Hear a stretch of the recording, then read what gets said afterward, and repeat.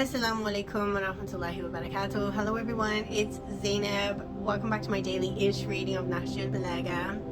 Now, as we Shia continue our celebration of Eid al-Ghadir, which I got way too excited on Tuesday. I thought that was the day of Eid al-Ghadir. Actually, it's the following week Tuesday, like it's this Tuesday coming up.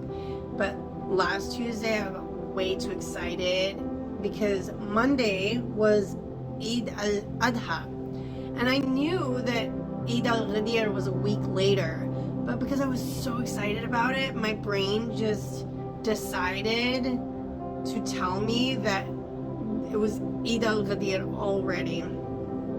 So I'm sorry about that. I jumped the gun a little bit. Eid al-Ghadir is still coming this Tuesday, but we can still celebrate this week. Like, I think people start celebrations already anyways. So in remembrance of Imam Ali, our first leader and Caliph after the Prophet, peace be upon him and his family, I want to read to you sermon number 95 from Nahjul Balagha today. Okay, in the name of Allah, most gracious, most merciful, all praise belongs to him, and peace and blessings to Prophet Muhammad and his pure family. Okay, Bismillahirrahmanirrahim. Although Allah gives a respite to an oppressor, his might does not spare him.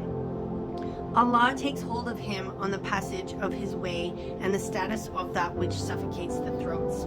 By Allah, in whose power my life lies, these people, and in brackets it says Muawiyah and his men, will overcome you not because they have a better right than you, but because of their hastening towards the wrong with their leader and your slowness about my right to be followed.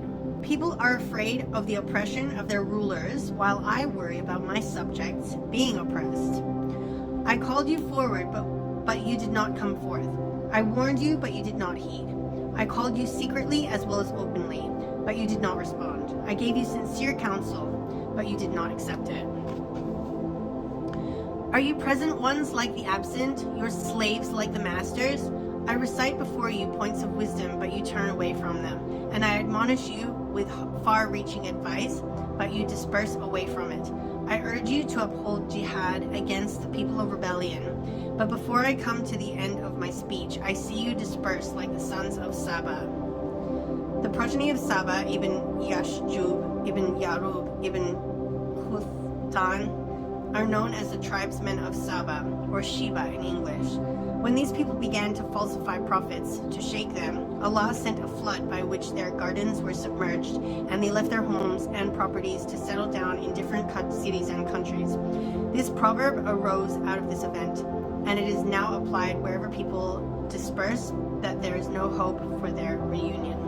You return to your places and deceive one another by your counsel. I straighten you in the morning, but you are back to me in the evening as curved as the back of a bow. The one who straightens has become weary, while those to be straightened have become incorrigible. O those whose bodies are present but wits are absent, and whose wishes are scattered and their rulers are on trial. Your leader obeys Allah, but you disobey him, while the leader of the people of Syria, Muawiyah, he was the governor of Syria at this time, disobeys Allah, but they obey him. By Allah, I wish Muawiyah will exchange with me dinars for dirhams, so that he gives from me 10 of you and gives me 1 from them. O people of Kufa, I have experienced in you 3 things and 2 others. You are deaf in spite of having ears, dumb in spite of speaking, and blind in spite of having eyes. You are neither true supporters in combat, nor are you dependable brothers in distress. May your hands be rubbed with the earth. Oh, examples of those camels whose herdsmen have disappeared. If they are collected together from one side, they disperse from the other. By Allah, I see in my imagination that if war becomes intense and action is in full swing, you will run away from the son of Abu Talib, like a woman whose front becomes uncovered. I am certainly on clear guidance from my Master Allah, and on the path of my Prophet Sallallahu Alaihi Wasallam, and I am on the right path to which I adhere constantly. Behold the people of the Prophet's family, Ahlul Bayt Alayhim Salam, Adhere to their direction. Follow in their footsteps, because they will never let you out of guidance and will never throw you into destruction. If they sit down, you sit down. And if they rise, you should rise. Do not go ahead of them, as you will thereby stray. And do not lag behind them, as you will thus be ruined.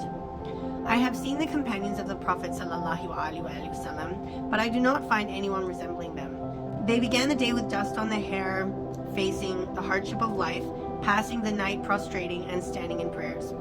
Sometimes they would put down their foreheads and sometimes their cheeks. Remembering their resurrection, they seemed as though they stood on live burning coals. It seemed as if in between their eyes there were signs like knees of goats as a result of prolonged prostrations. When Allah is mentioned, their eyes flow freely till their shirt collars are drenched. They tremble out of fear of the punishment and rest their hope on rewards as trees tremble on a stormy day. MashaAllah. Why would I not follow Ahlul Bayt? Why would anyone not follow Ahlul Bayt? I feel like whoever follows anyone other than Ahlul Bayt after the Prophet ﷺ is blind. Blind in the heart and blind in the intellect. Blind in the mind. Just hello, like the lights are on but no one's home. That's how I think of them. So thank you for joining me today, and let's remember Imam Ali. If anything, remember him as the fourth rightly guided caliph. If anything, as the fourth rightly guided caliph, don't his words mean anything to you? I'm sorry. I'm a proud Shi'i, and I will cut off my legs and arms before I stop following Ahlul Bayt alayhum salam.